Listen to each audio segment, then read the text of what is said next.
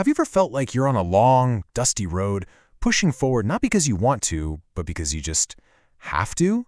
Well, today we're going to unpack a short but incredibly powerful poem from 9th century Korea that gets right to the heart of that exact feeling. It's a timeless story about ambition, about pressure, and about what success really truly means. 12. Just 12 years old. That's the age Choe Chi-won was when he had to leave his home, his family, everything he knew in the Silla Kingdom to go study abroad in Tang China. And he wasn't just going off to school, he was carrying the massive weight of his entire family's hopes and dreams on his very young shoulders. You see, Choe Chi-won was a genius, a real prodigy. But he came from a social class that had a ceiling. There was a limit to how high he could ever rise back home. So this journey to a foreign land, this was a huge high-stakes gamble. It was pretty much his one and only shot to break through those barriers and get the success his family was counting on. And just look at this timeline. He leaves at 12, and by 18, get this, he's already passed one of the most difficult exams in the entire world. He then spends decades building his career, all away from home, before he finally gets to go back. This wasn't some short study abroad trip. This was his entire young adult life, all lived on a very lonely road. So at some point during this incredibly tough journey, he wrote a poem. In Korean, it's called Do-jung-jak, which just means written on the road. But don't let that simple title fool you. These few lines open a powerful window right into his heart and his mind. The poem kicks off with this line. In Korean, it's pronounced東飄西轉路岐塵. Even if you don't know what it means yet, you can almost hear the exhaustion in those sounds, can't you? It perfectly sets this scene of endless, aimless travel, a life just kicking up dust on one forked road after another. Now this is where it gets really interesting, when we look at how the characters build this incredible image. So you've got Dong for east, and So for west. Then there's Pyo, to wander, and Jun, to move. So he's not on a mission, he's just wandering, moving back and forth. And he's doing all this in the jin, the dust of a rogi, a forked road. You put all that together, and you get this vivid picture. Wandering east, moving west, in the dust of forked roads. He is completely lost, both physically and spiritually. Okay, so that first line, that paints the external picture, right? The physical exhaustion. Now, let's move to the next line and see how he pulls us deeper into his internal emotional struggle. The second line goes like this. 독책리 잠기고신. Here, the poem kind of zooms in from that wide, dusty road to this deeply personal and lonely image. A single traveler, all alone, pushing his exhausted horse to keep going. And this visual illustrates such a brilliant detail. The character Chum actually refers to one of the outer horses in a team that's pulling a carriage. And these were the horses that took the most strain, the ones that bore the brunt of the hardship. So by calling his horse a weary chum, Choe Chi-won isn't just talking about an animal. He is that horse. He's the one bearing the hardship. Let's pull this one apart too.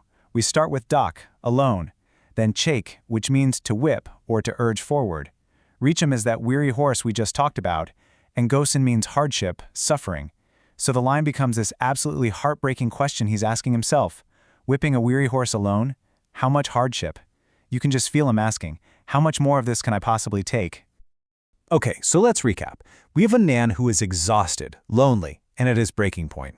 The final two lines are where he tells us exactly why he can't stop, why he can't just give up.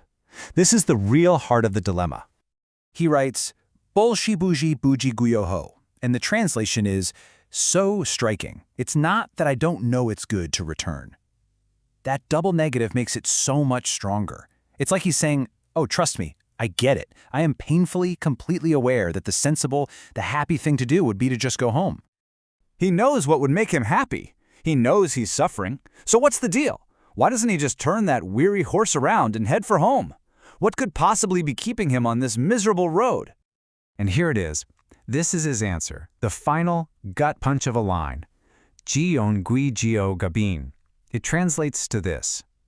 It's just that if I return, the house will be poor again.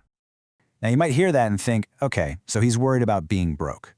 But the key to this entire poem, the wisdom that has traveled across 11 centuries to reach us today, is all wrapped up in what he truly means by that final word, poor.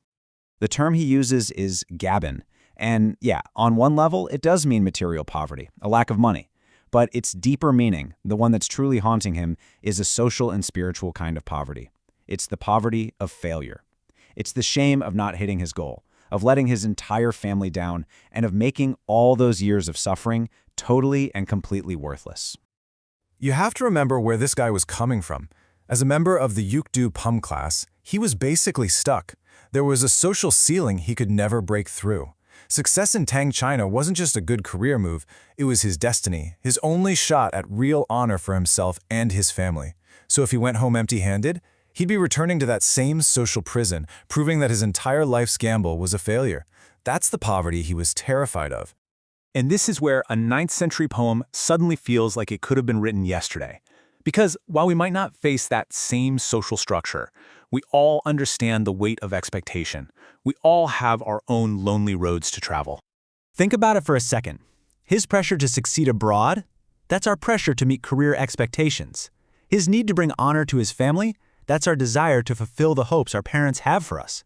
And his need to justify years and years of lonely sacrifice, well, that sounds an awful lot like trying to make student loans and all that hard work feel worth it. He feared social failure. We feel that intense pressure to appear successful, especially online. Choe Chi-won was trapped by what you could call a glorious burden, that big dream of success that also becomes a kind of cage. His words ask us to really look at our own lives. What is the poverty that we fear? Is it just about a lack of money?